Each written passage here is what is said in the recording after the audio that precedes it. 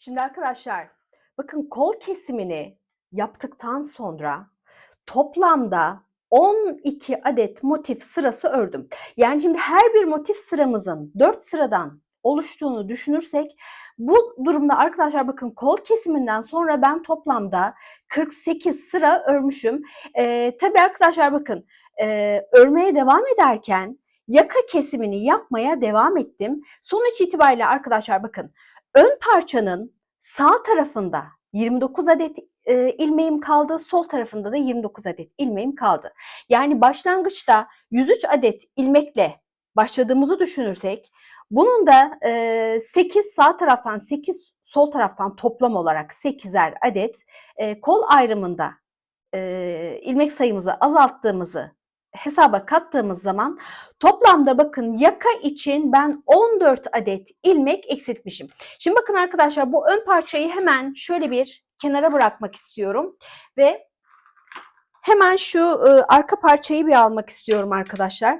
Bakın arka parça için de yine ön parçanın aynı mantığıyla yani nasıl önü 103 adet ilmekle başladıysak arkayı da yine keza aynı şekilde 103 adet ilmekle başladık. Şimdi kol kesim yeri arkadaşlar 22 sırayı tamamlamıştık. Motif sırası olarak 22 motifi tamamlamıştık. 23. motif sıramızda biz ilk önce 3 kestik. Bir sonrakinde 2 kestik, sonrakinde 1-1-1 şeklinde toplamda kol kesiminde 8 adet ilmek eksiltmiştik hatırlarsanız. Şimdi kol kesimlerini yaptıktan sonra arkadaşlar bakın ön parçada biz yaka kesimi yaptık ama haliyle arka parçada yaka kesimi yok. Dolayısıyla bakın 103 ilmek başladığımızı düşünürsek 16 adette kollarda kol ayrımında kesmişiz. Dolayısıyla arkadaşlar bakın 87 adet ilmeğe düştük. Çünkü sağdan soldan 8-8-16 adet ilmek eksilttik. Bu 87 adet ilmeği arkadaşlar bakın sıranın sonuna kadar hiçbir şekilde herhangi bir eksiltme yapmadan motifimizi de bozmadan dümdüz örmeye devam ettim. Şimdi arkadaşlar bakın ön parçada kol kesiminden sonra 12 adet motif ördüm. Arka parçada ise arkadaşlar bakın 11 adet motif ördüm. Neden? Bunu da yine aynı şekilde 12'ye tamamlayacağız ama bakın arka parçada bizim artık enseyi bir ayırmamız gerekiyor arkadaşlar. Boynun arka tarafı için ilmeklerimizde bir eksiltme yapacağız. Şimdi arkadaşlar bakın mantık altın oran şudur. Boyun için bırakmanız gereken ilmeği nasıl hesaplayacaksınız? Bakın altın oran şudur.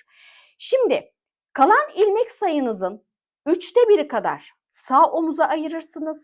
Diğer 1/3 kadar sol omuza ayırırsınız. Geri kalan 1/3'ini ense bölümü için ayırırsınız. Şimdi dolayısıyla arkadaşlar 87 ilmek olduğunu hesaba kattığımız zaman demek ki benim sağ omuzum için 29 ilmek, sol omuzum için 29 ilmek, aradaki şu ense bölümü için de yine 29 adet ilmek ayırmam gerekiyor. Yalnız arkadaşlar bakın biz sadece bu model için ensede ilmeklerimizi kesmeyeceğiz. Sadece ilmeklerimizi bekleteceğiz. Neden? Çünkü biz bu bluzu bitirdikten sonra arkadaşlar yaka bölümünden ve enseden ilmek toplayarak bir biye öreceğiz arkadaşlar. Birkaç sıra haroşadan biye öreceğiz. Şimdi enseden ilmek toplamaktansa daha profesyonel olması açısından ilmeklerimizi bekleteceğiz. Yani bu ilmekleri kesip tekrardan ilmek toplamanın hiçbir mantığı yok. Dolayısıyla bu ilmeklerimizi bekleteceğiz. Yalnız arkadaşlar bu 29 ilmeğin tamamını bakın tek seferde bırakmayacağız, bekletmeyeceğiz. Şimdi diyelim ki ilmek bekletme değil de başka bir bluz örüyorsunuz arkadaşlar. Böyle bir durumda da ilmeklerinizin tamamını kesmeyin. Mesela biz şimdi 15 ilmek bekleteceğiz. Bir sonraki sırada 3'er ilmeğimizi yine sağdan soldan ortadakiyle birlikte ortadakini ekleyeceğiz, yine örmeyeceğiz. Sonra 2-2 şeklinde yani toplamda sağdan 7 ilmek, soldan 7 ilmek bırakarak toplamda sağ ve sol omuzlarımızı 29 adet ilmeğe düşüreceğiz. Şimdi bir başlayalım istiyorum arkadaşlar. şöyle bir şişimi alabilirsem. Şimdi bakın arkadaşlar ne yapacağız? Bakın ben şurada en ortadaki 15 adet ilmeğimi ayırdım. Bakın dolayısıyla şu an benim sağ tarafta 29 adet ilmeğim yok arkadaşlar. 29 artı 7 toplam 36 adet ilmeğim var. Bakın şimdi ben bu 36 adet ilmeği öreceğim. Ardından 15 adet ilmeği bırakacağım. Ardından geri kalan yine 36 adet ilmeği öreceğim. Arka sıraya geçtiğimde arkadaşlar bu defa sondaki 3 ilmeği bırakacağım. Ama bu tarafta sondaki 3 ilmek başta olduğu için bu taraftan giderken sağ tarafı bırakmayacağım. Onu da dönüşte bırakacağım. Bakın bir başlayalım istiyorum arkadaşlar. Öyle daha net anlayacaksınız. Şimdi bakın bu arada arkadaşlar ben şu an 11. sıranın ikinci turundayım. Yani şöyle söyleyeyim size arkadaşlar. Örgümün düz yüzeyi, düz yüzeyin birinde dolama yapıp diğerinde yapmıyorduk ya arkadaşlar. Şu an ben dolama yapmadığım sıradayım. Bu konuda bilginiz olsun. Yani 11. motifimin sırasını daha tamamlamadım. Şimdi bakın ne dedik arkadaşlar? Toplamda bizim 29 adet ilmeğimiz kalıyor ama sonuç itibariyle kalacak. Ama bu orta kısımda kesmemiz gereken yahut orta kısma eklememiz gereken 7 adet ilmeğimiz de bakın şu an buraya dahil olduğu için 29, özür dilerim. Evet 29 artı 7 36 adet ilmeğimizi normal dümdüz öreceğiz. Şimdi arkadaşlar bakın ilk ilmeğimizi de örmeyi unutmuyoruz. Bakın ilk ilmeğinizi örün. Ardından geri kalan, bakın bu bizim dolama yaptığımız sıra değil. Geri kalan 36 adet ilmeği hemen bir dümdüz örelim arkadaşlar. Bakın 1, 2, 3, 4, 5, 6, 7, 8, 9, 33, 34, 35, 36. Şöyle evet 36. Bakın arkadaşlar 36 adet ilmeğimi ördüm. Şimdi arkadaşlar bakın. Ben buraya bir işaretleyici takmışım arkadaşlar 15 adet ilmeğimi belirleyebilme açısından ama bakın şöyle bir birlikte yapalım. Bu arada arkadaşlar çok fazla şiş sesi çıkıyor farkındayım. Bunun için de özür diliyorum sizden. Bakın hemen 15 adet ilmeğimi ayrı bir şişe geçireceğim. İsterseniz arkadaşlar bir ipe dahi geçirebilirsiniz iğne iplik yardımıyla. Bakın şöyle bir takalım hemen ardından bakın birlikte bir sayarız. Çünkü bazen işaretleyicimi takarken yanlış saymış olabiliyorum. Şimdi bakın hemen 15 adet ilmeğimi bir ayıracağım. Şöyle evet şunu da alayım.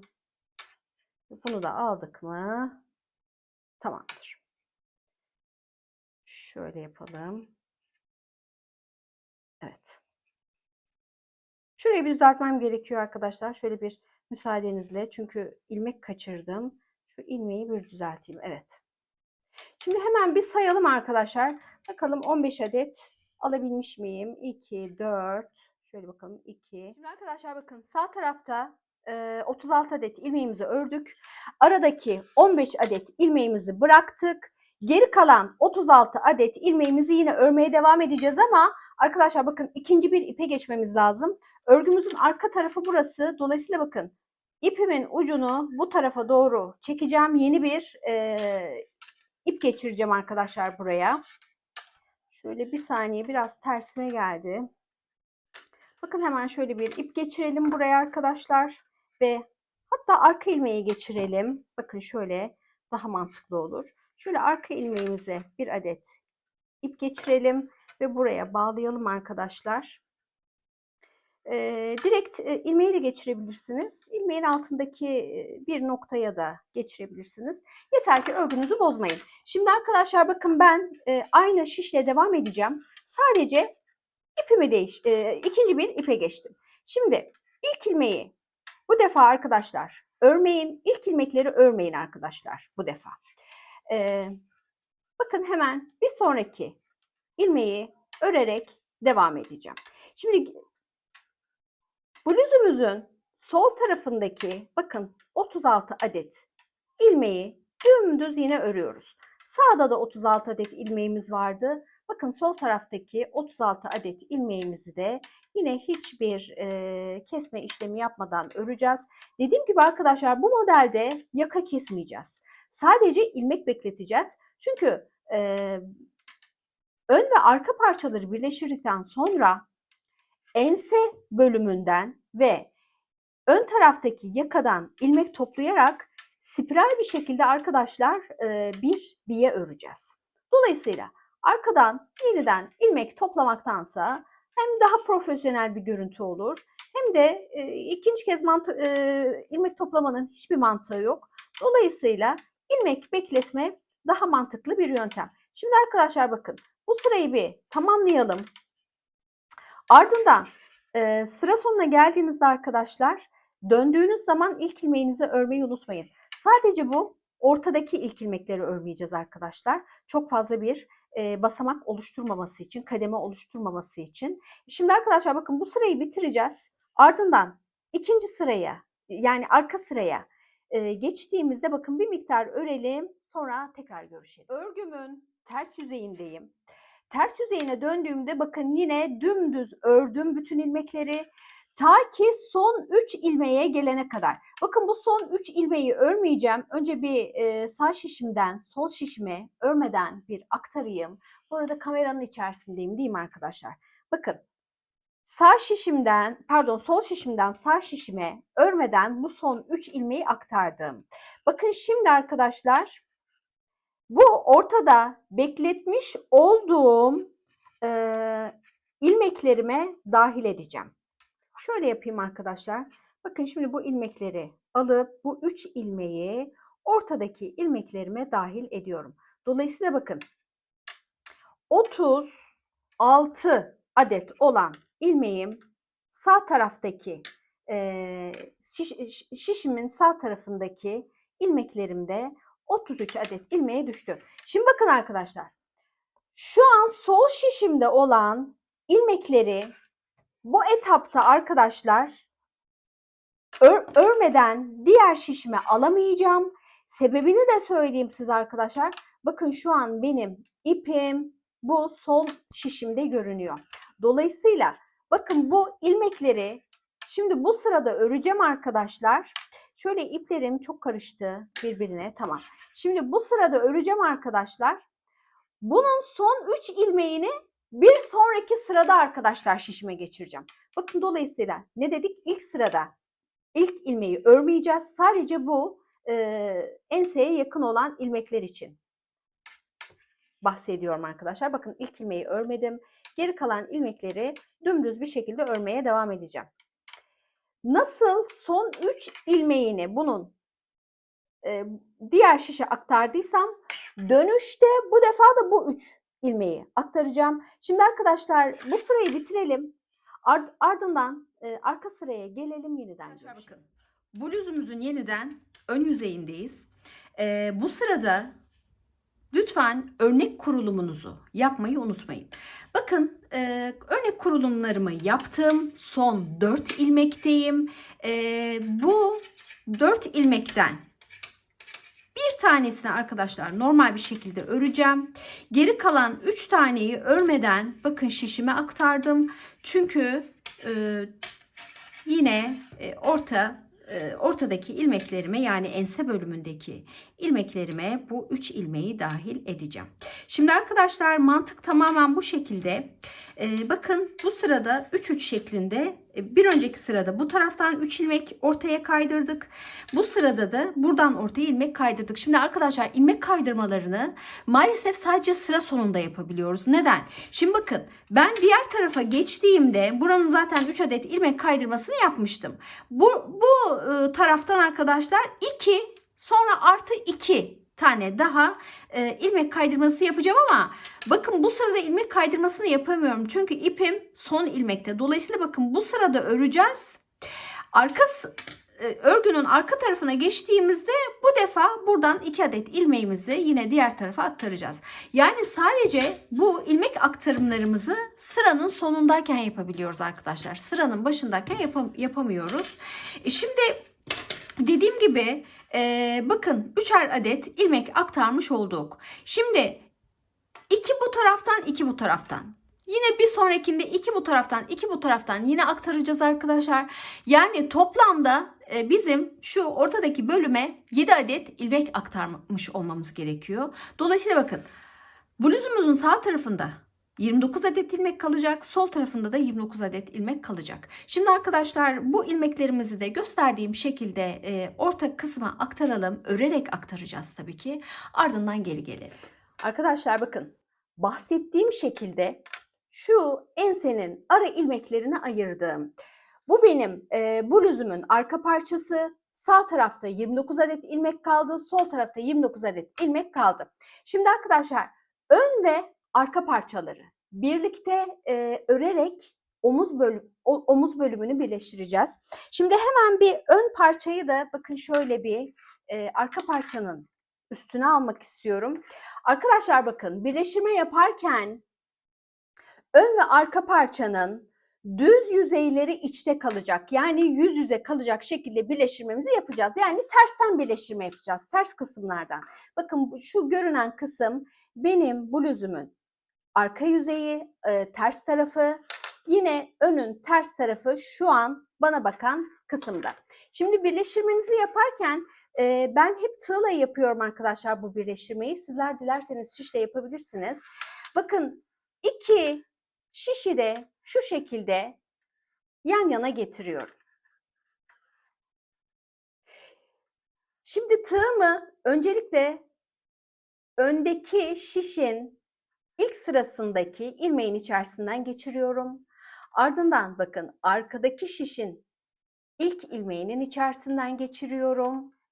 Ve arkadaki parçada olan, yani arka parçadaki ipi kullanarak birleşime yapacağım arkadaşlar. Bakın her ikisinin içerisinden şu şekilde tek bir adet ilmek çıkararak bu 2 adet ilmeği serbest bırakıyorum. Bakın ilk ilmeklerimizi dolayısıyla örerek birleştirdik. Ardından aynı işlemi ikinci ilmekler için tekrar edeceğim. Bakın arkadaşlar, ikinci ilmeğin içerisinden geçtim. Ardından devam ediyorum. Arkadaki ikinci ilmeğin içerisinden geçiyorum. Şöyle doğru yerden geçiremedim. Evet. Ve her ikisinin içerisinden de birer adet ilmek çıkarıyorum. Ve bu ilmeklerimi serbest bırakıyorum. Ardından bakın öndeki ilmeği arkadaki ilmeğin içerisinden kaydırıyorum. Bir kere daha göstereyim arkadaşlar. Şöyle ilmeklerimi bir miktar öne alırsam. Şimdi bakın. Ön şişin ilk sırasındaki, yani sıradaki ilmeğin içerisinden geçtim. Devam ediyorum. Arkadaki şişteki sıradaki ilmeğin içerisinden geçtim. Her ikisinin de içerisinden bakın bir adet ilmek alıyorum ve bu ilmekleri artık serbest bırakıyorum. Ardından bakın tığımdaki 2 adet ilmeğin öndeki ilmeğini arkadaki ilmeğinin içerisinden kaydırıyorum. Hemen bir tane daha yapalım. Sonra şişle göstereceğim arkadaşlar size. Bakın sıradaki ilmeğin içerisinden geçtim. Ardından arkadaki sıradaki ilmeğin içerisinden geçiyorum. Ve her ikisinin de içerisinden bakın birer adet ilmek alıyorum. Bu aşamada bu ilmekleri de artık serbest bırakıyorum. Ve almış olduğum bu ilmeği tığımdaki ilmekten kaydırıyorum. Şimdi bir de şişle göstereyim arkadaşlar size. Bakın sıradaki ilmeğin içerisinden şişimi geçirdim. Devam ediyorum. Arkadaki ilmeğin içerisinden, sıradaki ilmeğin içerisinden geçtim. Ve her ikisinin de içinden bakın birer adet aynı ilmeği her ikisinin içerisinden de geçiriyorum.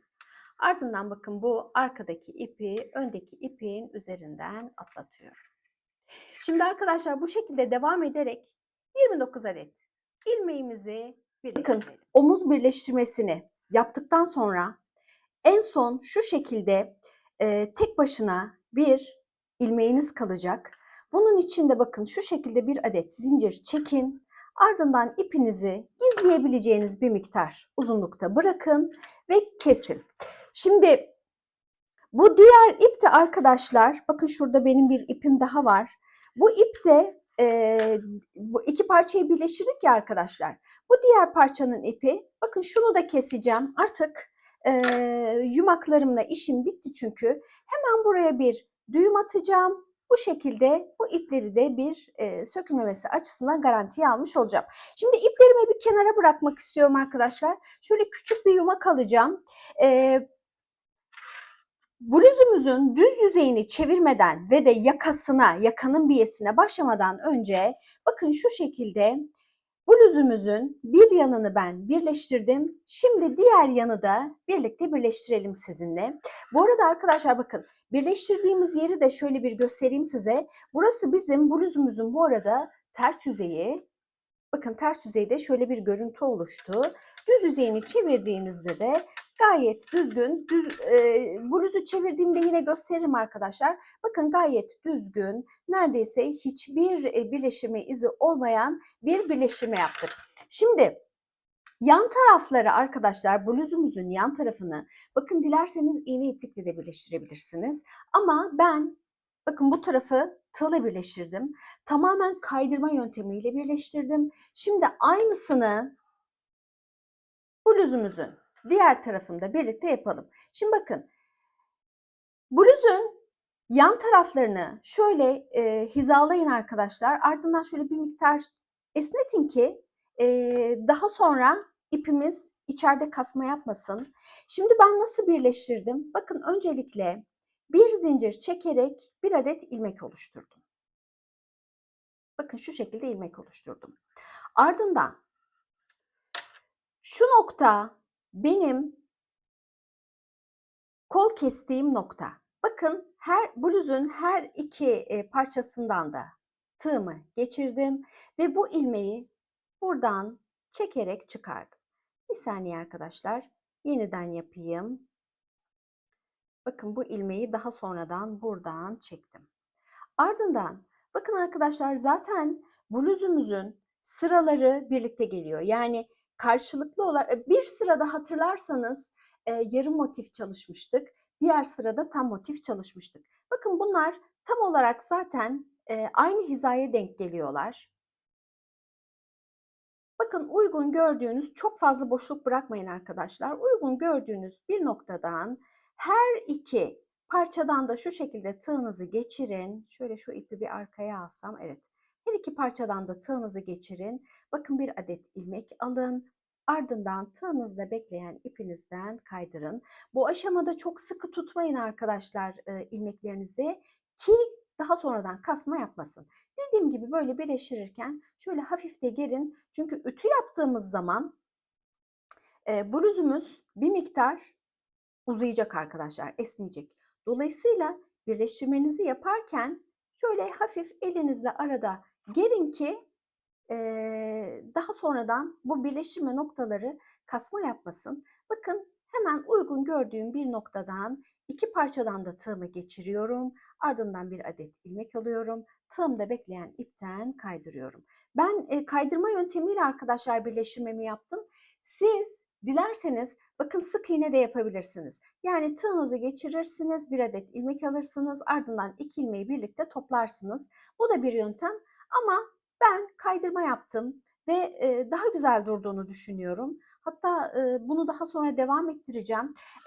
Arkadaşlar bakın en sona geldiğinizde şu haroşaların muhakkak muntazam olmasına dikkat edin. Yani başlangıçları ve bitişleri muhakkak muntazam gelsin. En son nasıl burayı bitirmek için bir adet zincir çekip ipimizi kestiysek burada da yine aynısını yapacağız. Son noktayı birleştirdikten sonra arkadaşlar bir adet zincir çekip ipinizi gizleyebileceğiniz bir uzunlukta bırakın, ardından kesin. Bakın dilerseniz ben diğer tarafta aynısını yaptım çünkü. Şuradaki iple kestiğiniz ipi daha sonradan nasıl burada birbirine bağladık ya arkadaşlar. İkisini birbirine bağlayıp ardından bu ipleri çok kısa kesmeyin arkadaşlar. Bu ipleri daha sonra örgünüzün içerisinde gizleyin. Bakın bu yan tarafı da bir birleştirelim. Ardından yakaya başlayalım birlikte. Bluzumuzun yan tarafının da birleştirmesini yaptık. Şimdi yakadan ilmek toplama aşamasına geçeceğiz arkadaşlar. Şu V bölümüne biye yapacağız. Şimdi yalnız başlamadan önce bakın örgümün düz tarafını çevirdim öncelikle. Size hemen omuzun ve yan tarafın birleştirme noktalarını göstereceğim. Bakın arkadaşlar, örerek birleştirmemiz sonucu oluşan, bakın tersten baktığımız zaman şurada incecik bir birleştirme hattı görünüyor ama bakın düz taraftan baktığınız zaman hiçbir şekilde birleştirme noktamız bakın belli olmuyor. Umarım kameraya yeterince yansıtabiliyorumdur. Şimdi bir yan tarafı da göstermek istiyorum arkadaşlar size. Bakın yan tarafında birleştirmesi son derece temiz, güzel oldu. Hatta bakın şöyle bir miktar yan çevireyim. Belki açıya daha fazla girebilir birleştirme noktamız. Bakın yan içinde şu şekilde tertemiz bir birleştirmemiz oldu. Şimdi arkadaşlar yakanın ilmek toplama safhasına geçeceğiz. Öncelikle bir tığımı almak istiyorum. Şimdi arkadaşlar bakın hatırlarsanız ense bölümünden toplamda 29 adet ilmeğimizi kesmeden bekletmiştik. Şimdi V bölümü için ise arkadaşlar toplamda ben 14 motif sırası ördüm. Yani bu da ne demek? Her bir motifimiz bizim 4 sıradan oluştuğu için 14 çarpı 4 56 adet sıra örmüşüm. Şimdi arkadaşlar bu bölümden bakın V'nin bir tarafından 54 sıra ördüm dedim ya arkadaşlar. 56 14 çarpı 4 56 sıra örmüşüm. Şimdi arkadaşlar V'nin bir tarafından 56 adet ilmek toplayacağım. Ardından şu ortadaki ilmeği mutlaka alın, unutmayın arkadaşlar. Bu bizim bluzumuzu V olarak kesmeye başladığımız yerde bıraktığımız en ortadaki ilmeğimizi de hatırlarsanız. Bakın bu ilmeği de alacağız. Önce 56 ilmek topladık. Sonra bu ilmeği alacağız. Ardından diğer yakanın diğer tarafındaki bölümden 56 adet ilmek yine toplayacağız. Ve ardından zaten ense bölümünde 29 adet ilmeğimiz vardı. Yani toplamda 56, 56, 112 yapıyor. Bu ilmekle birlikte 113, 29 adet de ilmeğimiz burada var. Şimdi bakın şu bölümden birlikte bir ilmeğimizi toplamaya başlayalım. Bakın öncelikle bir ipimi şöyle yakayı şöyle bir düzelteyim arkadaşlar. Bakın öncelikle ipimi alıp ilk ilmeğimin bakın şu şekilde hemen altından bir bölümden geçip tabii arkaya doğru geçirdim ki arkadaşlar düğümüm arkada kalsın. Bakın bir noktaya ipimi bağladım. Şimdi ne dedik arkadaşlar? 56 adet ilmek toplayacağız bu bölümden. Bakın arkadaşlar hemen önünüzdeki duran yerden başlamak suretiyle. Şimdi dilerseniz tığ kullanmadan direkt şu şekilde tığınızı geçirerek ilmeklerinizi alabilirsiniz. Ben tığla topluyorum. Tığla toplamayı daha çok seviyorum. Çünkü arkadaşlar bakın bu 2 katmanlı bir ip. Birinci katta koton ipimiz var. İkinci katmanda ise simli ipimiz var. Bu simli iple koton ipin birbirinden ayrışmasını istemiyorum.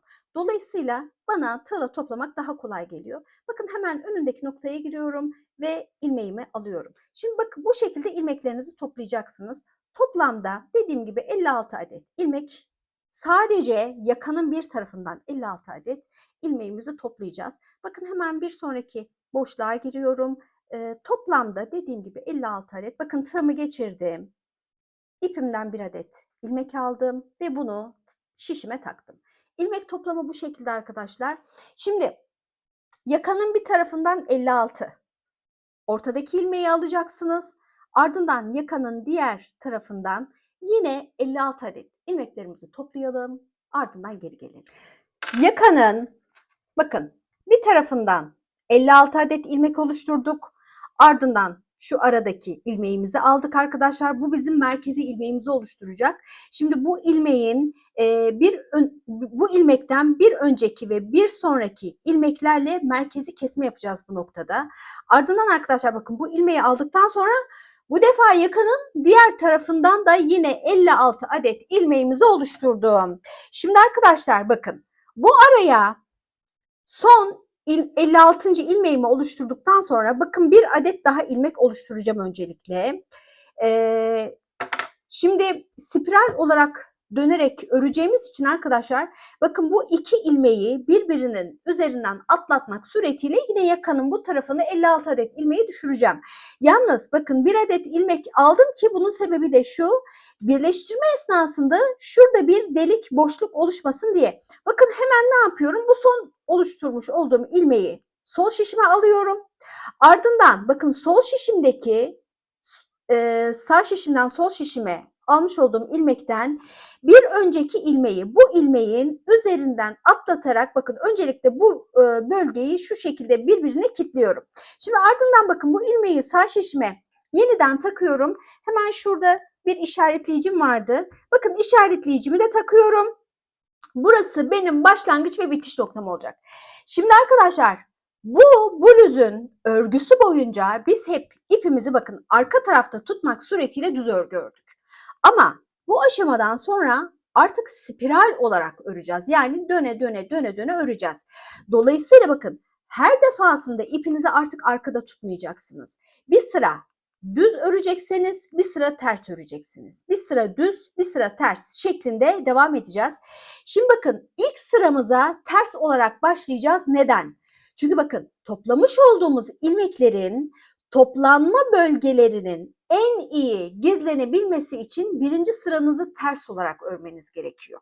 Dolayısıyla arkadaşlar bakın bu sıramızı öncelikle ters olarak öreceğiz. Şimdi ters örgüyü bilmeyen yahut hatırlamayan arkadaşlar için bakın ipimi ön tarafa alıyorum.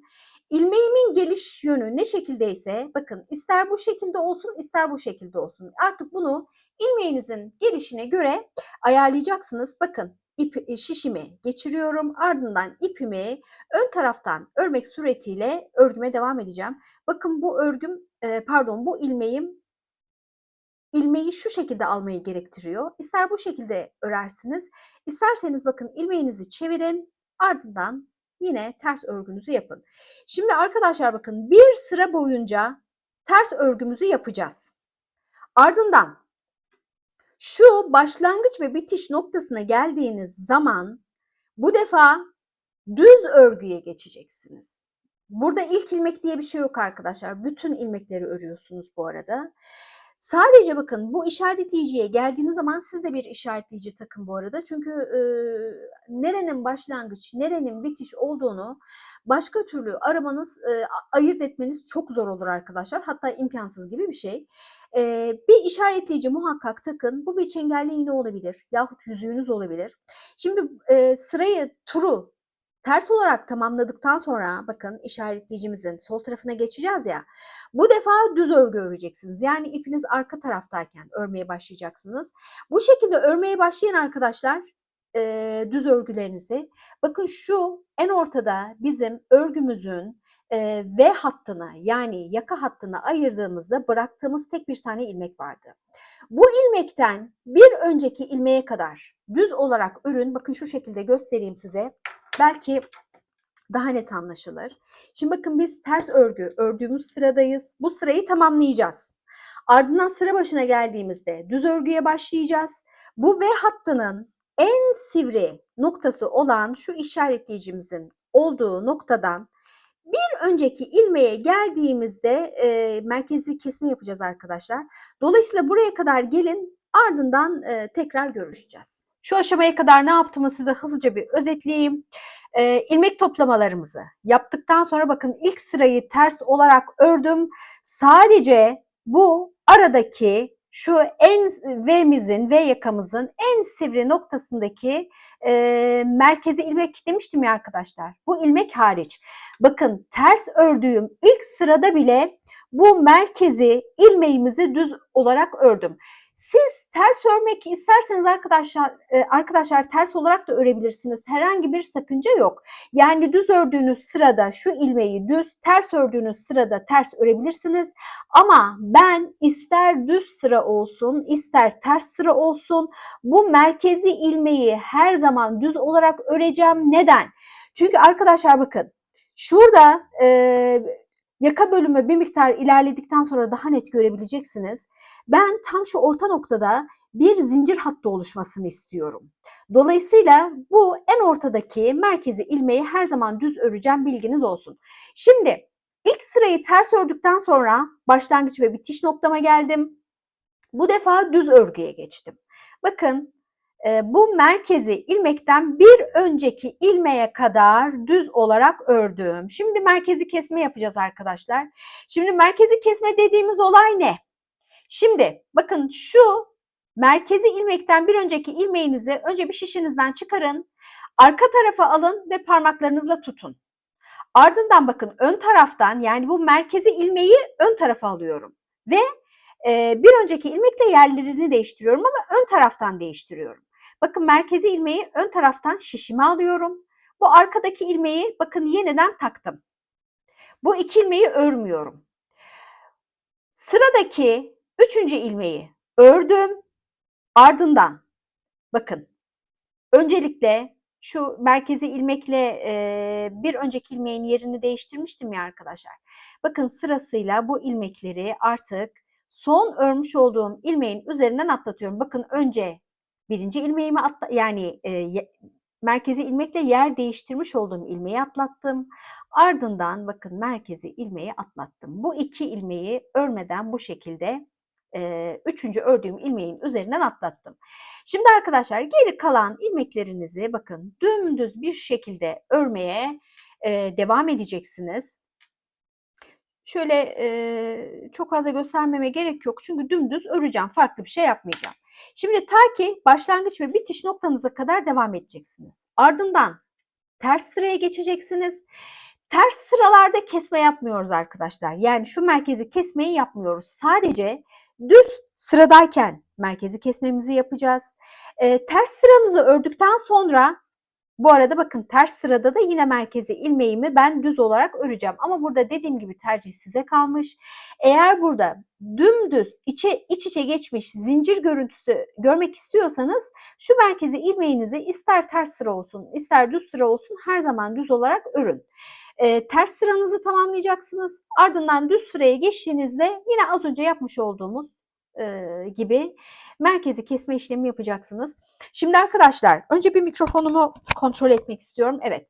Şimdi bakın ben eteğin bluzun etek bölümünü 8 diş haroşa ördüm.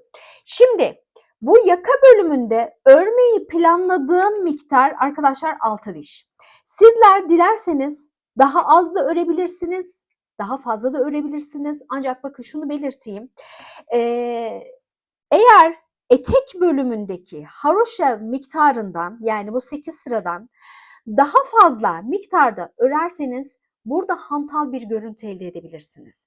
Daha kalın bir haroşa görüntüsü elde etmek istiyorsanız arkadaşlar bu etek bölümünü de daha fazla yapın. Yani benim size nacizane tavsiyem şu etek kısmında örmüş olduğunuz haroşa miktarından daha fazla, daha kalın bir haroşa örmeyin. Şimdi dediğim gibi ben 6 diş haroşa örgü örmeyi planlıyorum.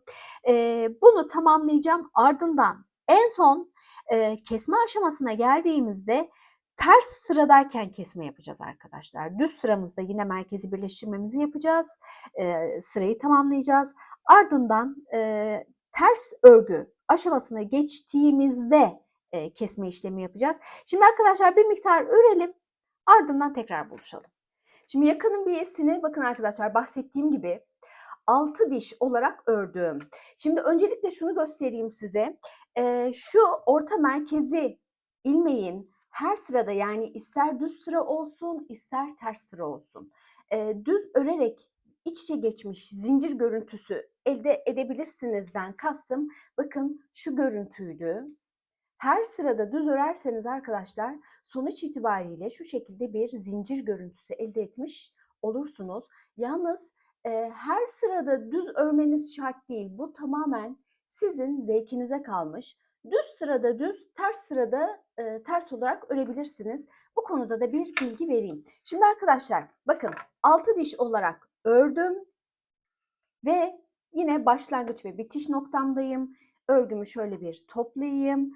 kesme aşamasına geçeceğiz arkadaşlar. Şimdi yakanın şu ağız bölümünün kasmaması için farklı bir kesme yöntemi göstereceğim size. Ama öncelikle şu ilmeklerimi bir düzeltmem gerekiyor. Misinalı şiş olunca arkadaşlar ister istemez ilmekler arka tarafa kaydığında ilmeklerde bir sıkışma oluyor.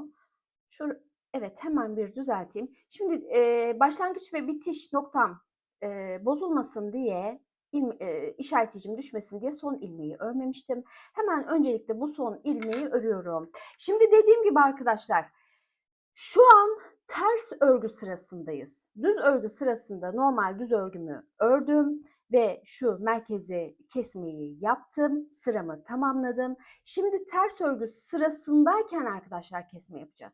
Şimdi kesmemizi nasıl yapacağız? Bakın öncelikle bir ilk ilmeğinizi ters olarak örün. Bu benim yeni sıramın ilk ilmeği. İlk ilmeğinizi ters olarak örün. Ardından bakın ipimiz ters örgü yaptığımız için ön tarafta. Şimdi bu ipi şişimizin üzerinden bakın arkadan öne doğru bir dolayalım. Ardından sıradaki ilmeği örelim. Hemen ardından arkadaşlar bakın bu son örmüş olduğumuz ilmeğin üzerinden öncelikle dolama yaptığımız ipi atlatalım. Ardından da ilk örmüş olduğumuz ilmeği atlatalım. Bir tane daha yapalım arkadaşlar. Bakın öncelikle ipim ön tarafta ters örgü yaptığım için ipimi arkadan öne doğru şişimin üzerine bir tur doluyorum. Ardından sıradaki ilmeği ters bir şekilde örüyorum. Ve öncelikle bakın dolamış olduğum ilmeği bu son örmüş olduğum ilmeğin üzerinden bakın şu şekilde atlatıyorum. Ardından bir önceki örmüş olduğum ilmeği atlatıyorum. Bir de tığla göstermek istiyorum arkadaşlar size. Ben hep tığla yapıyorum kesmelerimi çünkü bana daha kolay geliyor. Bakın tığımın üzerine arkadan öne doğru bir dolama yapıyorum. Ardından sıradaki ilmeği ters bir şekilde örüyorum. Ve tığımın üzerinde bakın 3 adet ilmek var. Son ilmeğimi diğer 2 ilmeğin bakın içinden arasından kaydırıyorum. Bakın şu şekilde kaydırmamızı yapıyoruz. Şimdi arkadaşlar bu şekilde kesmelerimizi yapacağız. Ta ki şu merkezi birleştirme noktasından bir önceki ilmeğe kadar. Bu şekilde kesmelerimizi yapalım arkadaşlar. Burada farklı bir kesme yapmamız gerekiyor. Dolayısıyla bir merkezi kesme noktasından bir önceki ilmeğe kadar bu gösterdiğim şekilde kesmelerimizi yapıp ardından tekrar buluşalım. Başladığım noktadan itibaren kesmelerimi bakın dolayarak yaptım. Şu an sırada benim bakın sol şişimde merkezi kesme noktasından bir önceki ilmek var. Yumağıma bağlı olan ilmeğim ise bakın sağ şişimde. Şimdi arkadaşlar nasıl merkezi kesme noktasında şu iki ilmeğin yerini değiştiriyorduk. Bu defa arkadaşlar merkezi kesme noktasını şu yumağımıza bağlı olan ilmeğimizin de önüne alacağız. Bakın şu şekilde. Şimdi bu ilmeğimi merkezi kesme noktasından önceki ilmeği çıkardım. Diğer yumağıma bağlı olan ilmeği de çıkardım. Bakın bunu da boşa düşürdüm. Hemen merkezi kesme noktasındaki ilmeğimi bakın şöyle bir yapayım. Bu ilmeği bakın sağ şişime geçirdim. Ardından sırasıyla öncelikle bakın yumağıma bağlı olan ilmeği geçirdim. Ardından merkezi kesmeden bir önceki ilmeği geçirdim. Şimdi arkadaşlar ters örgü olarak yine örmeye devam edeceğiz. Bakın merkeziden sonraki ilk ilmeği ördüm. Ardından sırasıyla bakın şişimde sıralı olan ilmekleri tek tek bu ilmeğin üzerinden atlatıyorum. Bakın burada dolama yapmadım arkadaşlar. Burada herhangi bir dolama yapmadım. Sadece bundaki amacım benim merkezi ilmeğimi bakın şu şekilde öne almaktı. Aksi halde arkadaşlar diğer ilmekler diğer ilmekler gibi keseydik arkadaşlar şu en sondaki şu zincir görüntüsünü elde edemezdik. Şimdi geri kalan ilmekleri ise arkadaşlar normal nasıl kesme yaptıysak diğer taraflarda aynı şekilde yapacağız. Yani bakın yumağımı şişimin etrafına arkadan öne doğru bir tur doladım. Ardından sıradaki ilmeği ters olarak ördüm ve bu 2 ilmeği son örmüş olduğum bakın ilmeğin üzerinden atlattım. Şimdi burası biraz gevşek oldu arkadaşlar. Tekrarlayacağım ben burayı. Şimdi sıranın sonuna kadar arkadaşlar tüm ilmeklerimizi bu şekilde keselim. Sıranın sonunda, kesmelerimizin sonunda yeniden görüşeceğiz. Yakanın kesmesini yaptık.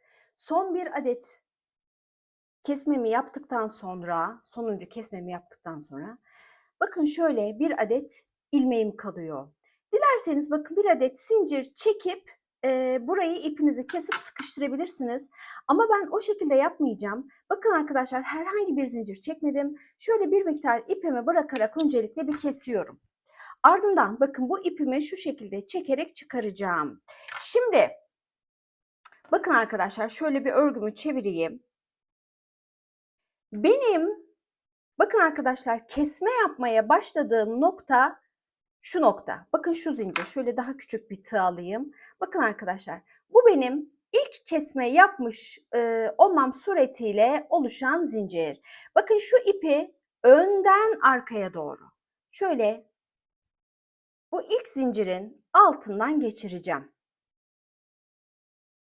Ardından bakın ipimin gelmiş olduğu zincirin yeniden alttan içine geçiyorum ki bu ipi yeniden bu noktaya geri çekeyim. Dolayısıyla bakın burada yeni bir zincir oluşturacağım.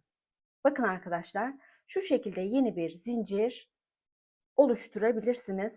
Dediğim gibi dilerseniz bir adet zincirle de en son bu işlemi tamamlayabilirsiniz. Bakın hemen ardından şurada oluşan boşluğu kapatmak için bu ipi şöyle şu şekilde bir çekebilirsiniz, yürütebilirsiniz. Şimdi bu ipi lütfen böyle bırakmayın arkadaşlar.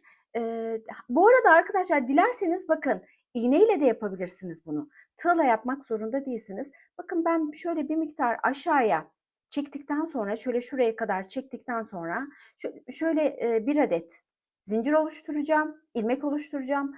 Ardından bir adet zincir çekip bu ipi sıkıştıracağım.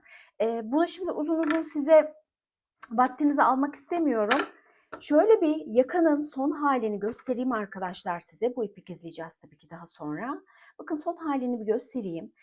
Bu şekilde dolayarak keserek arkadaşlar bakın yaka bölümünde şöyle elastik bir yapı elde ettik. Diğer şekilde kesseydik arkadaşlar ipin gerilmesinden kaynaklı olarak bu elastikiyeti elde edemeyecektik. Hatta belki ilmeğimiz toplayabilicekti. Bakın yakamızın son hali bu. Şimdi arkadaşlar kollara geçeceğiz. Şimdi arkadaşlar kola başlayacağız. Kol için arkadaşlar ben önce bluzun normal kol kesimi yaptığımız bölgesinden misinalı şişle ilmek toplayarak dikişsiz bir kol yapmayı denedim. Ancak örneğimiz bakın şu şekilde ip dolama yöntemiyle yürüdüğü için İpler şu dolamalar misina kısmına geçtiği andan itibaren çok sıkışma yaptı arkadaşlar. Ardından da şu bölümden misinalı şişin şu bölümüne bir türlü itemedim. Bu beni çok zorladı. Dolayısıyla arkadaşlar düz örgü yapmaya karar verdim. Şayet siz dilerseniz bakın misinalı şişle dönerek hiç dikişsiz de kol bölümünüzü yapabilirsiniz. Ama dediğim gibi ben çok zorlandım. Yahut ben beceremedim bilemiyorum. Şimdi kol için arkadaşlar bakın öncelikle 60 adet ilmek oluşturdum. Ve 5 diş olarak haroşalarımı ördüm. Şimdi bu sayı arkadaşlar bu sayıya çok takılı kalmayın. Bakın kazağınızda özür dilerim bluzun alt tarafında şu etek kısmında haroşa ile ördüğümüz bölüm vardı. Bunu kolunuza bakın şu şekilde ölçü alırsınız. Şöyle kolunuza tutarsınız. Şu şekilde tutarsınız arkadaşlar. Kaç ilmekle başlamanız gerektiğini bakın oradan sayarak tespit edebilirsiniz. Benim kolum için arkadaşlar 60 ilmek idealdi. Dolayısıyla bakın 60 adet ilmekle başladım. Yine etek ucunda olduğu gibi haroşa yaptım. Yani şu ipim hiçbir zaman öne gelmedi. Hep arka tarafta tuttum. Şimdi 5 diş haroşa yaptıktan sonra arkadaşlar bakın şu an örgümün ters tarafındayım. Neden? Çünkü bakın biz motiflerimizi kurmaya, örneğimizi kurmaya bluzumuzun düz yüzeyinde başlıyoruz. Ama motifi kurmaya başlamadan önce bizim burada bir arttırma yapmamız gerekiyor. Şimdi benim yine kendi kolum için söylüyorum ama birçok kol için uyacak bir ilmek rakamı bu. Şimdi 60 ilmekle başladım ama ben bu ilmek sayısını 83'e çıkaracağım. Neden 83'e? Aslında benim kolum için bakın 8 adet motif yetiyor. Her bir motifimiz de bildiğiniz gibi 10 ilmekten oluşuyor. Biz başlarken ne dedik? Onun katları artı 3. Dolayısıyla bakın 8 adet motif olacağı için 80 ilmekle başlayacağım. Artı 3, 83'e çıkaracağım. Yani benim bu sırada 83 adet ilmeği çıkarmam gerekiyor ilmek sayımı. Dolayısıyla bakın 23 adet ilmek artışı yapacağım. Şimdi gizli arttırma yapacağız arkadaşlar. Bakın ben onu şu şekilde yaptım. İlk 5 arttırmayı arkadaşlar 3 ilmekte bir yaptım. Ardından son 5 arttırmayı da 3 ilmekte bir yaptım. Diğer arada kalan arttırmaları 2 ilmekte bir yaptım. Bakın şunu da şu şekilde. Arkadaşlar şöyle kolumu çekeyim. Bakın ilk ilmeği biliyorsunuz örüyoruz bu modelde. Ardından ne dedik? 3 ilmekte bir. İkinci ilmeğinizi de örün. Üçüncü ilmeğinizi de örün. Şimdi burada arttırma yapacağız arkadaşlar. Bakın şu arada kalan şöyle 2 ilmeğimin arasında kalan şu ipi aldım. Şişimin üzerine taktım. Şimdi bu ipin gelişi bakın şu şekilde. Bu şekilde düz örgünüzü yaparsanız arkadaşlar şurada kocaman bir delik oluşur. Dolayısıyla bakın şu şekilde almayın. Şöyle ipinizi, ilmeğinizi çaprazlayarak örün. Dolayısıyla bakın ipiniz çaprazlandığı için burada herhangi bir delik oluşmaz. Ardından ne dedik? Yine 3 adet ilmek öreceğiz. Yani ilk 5 arttırmamı 3 ilmekte bir yaptım. Bakın bir daha yapalım. Şu hemen şurada görünen ipi aldım, şişimin üzerine taktım. Ya da dilerseniz direkt şu şekilde çaprazlayarak da takabilirsiniz. Bakın şu şekilde çaprazlayarak da takabilirsiniz. Ama yine bu şekilde örmeyeceksiniz. Bu defa da şu şekilde öreceksiniz. Yani bıraktığınız zaman şu bölümün çapraz olması gerekiyor. Bakın ardından yine 3 ilmek ördüm. Bu benim ikinci arttırmamdı bu arada. Bakın 2 ilmeğimin arasındaki şu ipi aldım, şişime taktım. Ardından bakın şu şekilde değil. Tamamen ön bacaktan girerek düz örgümü yaptım. Şimdi arkadaşlar bakın dediğim gibi ilk 5 ilmeği bu şekilde arttırdım. 3 ilmekte bir arttırdım. Son 5 ilmeği de 3 ilmekte bir arttırdım. Ben kendi ilmek sayım için diyorum. Arada galiba 18 adet ilmeğim kalıyordu. Bu 18 adet ilmeği de 2 ilmekte bir bu şekilde arttırdım. Şimdi arkadaşlar arttırmalarınızı yaptıktan sonra bir sonraki sıraya geçeceksiniz. Artık örgünüzün burası düz yüzey olacak. Bakın biz bu arttırmaları örgümüzün ters yüzeyinde yapıyoruz.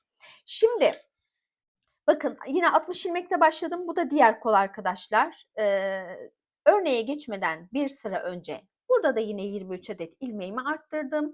Bir sonraki sırada yani örgümün düz yüzeyi bana dönükken artık örnek kurulumuna başladım. Bunu tekrar göstermeyeceğim çünkü özür dilerim bluzumuzun etek kısmından sonra ne şekilde arttırma modele geçtiysek aynı şekilde modele geçeceksiniz. Şimdi gelelim şu bölüme arkadaşlar. Bakın 10 adet motif sırası yapmışım.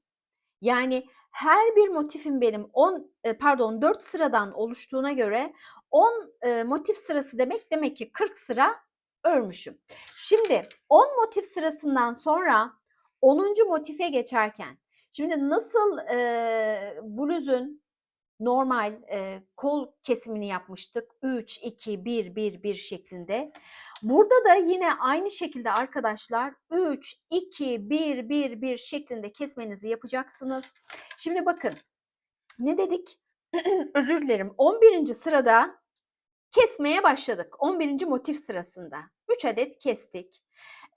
Bakın 11'de başlamışım ama 12. motifte hala kesmeye devam ediyorum.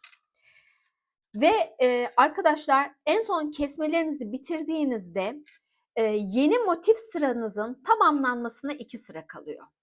Bu 2 sırayı da artık herhangi bir kesme yapmadan, kol kesmesi yapmadan sadece örün.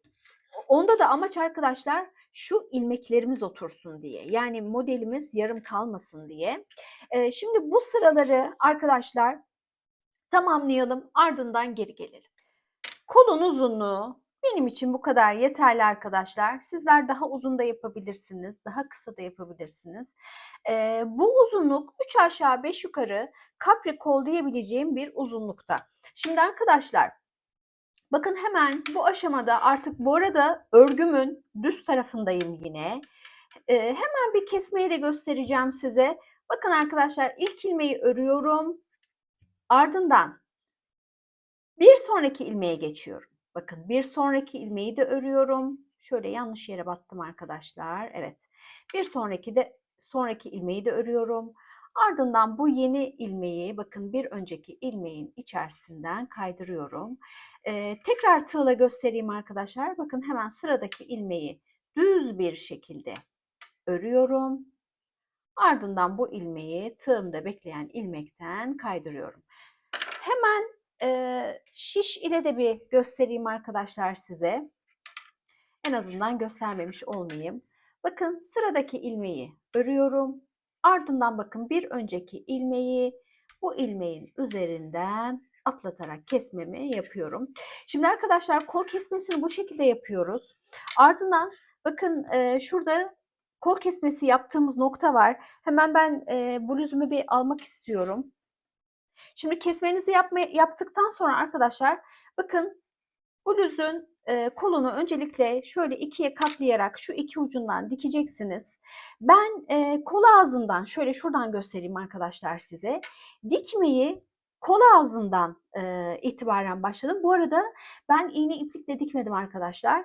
Bluzun şu yan tarafında yaptığım gibi tığla kaydırma yöntemiyle kolun iki yanını birleştirdim. Bakın şu kol ucundan başladım kaydırmalarıma yahut siz de dikişinize benim nacizane tavsiyem oradan başlayın. Çünkü buraya geldiğinizde ipinizi hiç koparmadan bu defa da tabii şöyle bir bluzun tersini çevireyim arkadaşlar. Bu işlemi tabii ki tersten yapıyorsunuz. Bakın ilk önce karşılıklı iki tarafı birleştirdim arkadaşlar. Ardından ipimi hiç koparmadan bakın şu kol kestiğimiz yer var ya arkadaşlar. Şu kol kestiğimiz yeri yine kolun altına denk gelecek şekilde yani kesme yerlerine denk gelecek şekilde tüm kaydırmalarımı yaptım. Tabii siz de iğne iplikle yapıyorsanız bu şekilde dikişinizi yaparak bluzunuzu tamamlayabilirsiniz. Şimdi hemen bunu bir kenara bırakmak istiyorum arkadaşlar. Şu kolu diktiğim bölümü bir son haliyle sizlere şöyle yaparsam evet rahatlıkla gösterebileceğim diye düşünüyorum. Şimdi arkadaşlar bakın videonun başında da diyorum bu bluzde yaklaşık bir %15'lik aşağıya doğru esneme payı var. Yana doğru değil arkadaşlar. Yana doğru da hani dökümlü bir bluz ama aşağıya doğru esneme payı var. Bakın ilmeklerimiz çünkü bizim dolamalarımız aşağıya doğru açılacak. Dolayısıyla arkadaşlar bakın kolda da yine aynı şekilde ütülediğimiz zaman bu ortalama bir %15 kadar şu şekilde açılacak arkadaşlar. Dolayısıyla bluzunuzu ördüğünüz zaman gerek kol kesiminde olsun gerek yaka kesiminde olsun çok kısa oldu olayına takılmayın. Yani mezro ile ölçün arkadaşlar. Gelen uzunluğun santim cinsinden değeri neyse bunun üzerine bir %15 kadar daha ekleyin. Yani bu o miktar kadar ütülediğiniz zaman o miktar kadar açılacağı anlamına geliyor. Şimdi bakın ben bluzun kolunu ütülemedim. Çünkü ütülenmiş ve ütülenmemiş yer arasındaki farkı görebilin diye. Bakın arkadaşlar ütülediğiniz zaman şu şekilde örgüleriniz muntazam bir şekilde açılacak. Bakın gövde bölümü ütülü. Kol bölümünde şu an ütü yok. Bakın arkadaşlar ikisi arasındaki fark bu şekilde. Bana göre çok güzel bir model. Tam yaz modeli. Daha önce dediğim gibi biz her ne kadar bu modeli bluz olarak tasarlayıp örsek de çok güzel plaj elbisesi olur arkadaşlar bundan. Yani sadece plaj elbisesi olarak giymek zorunda değilsiniz arkadaşlar. Elbise yapıp günlük hayatınızda altına bir tayt giyerek biliyorsunuz böyle iç gösteren kıyafetler için çok güzel ten rengi yahut beyaz artık kıyafetinizin rengine göre taytlar, iç giyimler yahut boxer'lar var. O tür kıyafetlerle inanın sadece bluz değil, sadece plaj elbisesi değil, günlük kullanabileceğiniz bir elbise olarak dahi kullanabileceğiniz bir model. Tam bir yaz modeli. Benim çok içime sindi, çok beğendim ve inanın çok da severek kullanacağım bu bluzu. Şimdi bir tarafına kol yaptık, diğer tarafına kol yapmadık. Kol için bakın dilerseniz şu yaka bölümüne yaptığımız gibi biye yapabilirsiniz. Ama ben ihtiyaç dahi duymadığım için yapmadım. Bakın size de göstermedim. Neden? Bakın hiçbir şekilde toplamıyor çünkü. Yani bunu şöyle bir ütüleyin, ardından üzerinize kolsuz olarak giyin. Muazzam bir model arkadaşlar. Çok güzel. Dediğim gibi ben çok içime sinerek yaptım bu projeyi. Çok da severek giyeceğim bu bluzu. Umarım faydalı bir video olmuştur. Yapacak olanlara şimdiden kolaylıklar diliyorum. Videomu beğenmeyi, yorum bırakmayı ve de kanalıma abone olmayı lütfen unutmayın. Herhangi bir sorunuz varsa şayet yorumlar kısmından sorabilirsiniz. Tüm mesajlara tek tek dönüyorum arkadaşlar. Gerçekten sorularınız varsa sorun. Yapmamı istediğiniz modeller varsa lütfen bana Instagram'dan iletin. En kısa zamanda o göndermiş olduğunuz projeleri de gerçekleştireceğim ya da en azından listeme ekleyeceğim. Eğer mevsime uygunsa hemen gerçekleştiririm ama kışlık bir kazak yahut ona benzer bir şey gönderirseniz artık o projeyi biraz kışa ertelemem gerekebilir. Bir sonraki videoya kadar. Hoşça kalın.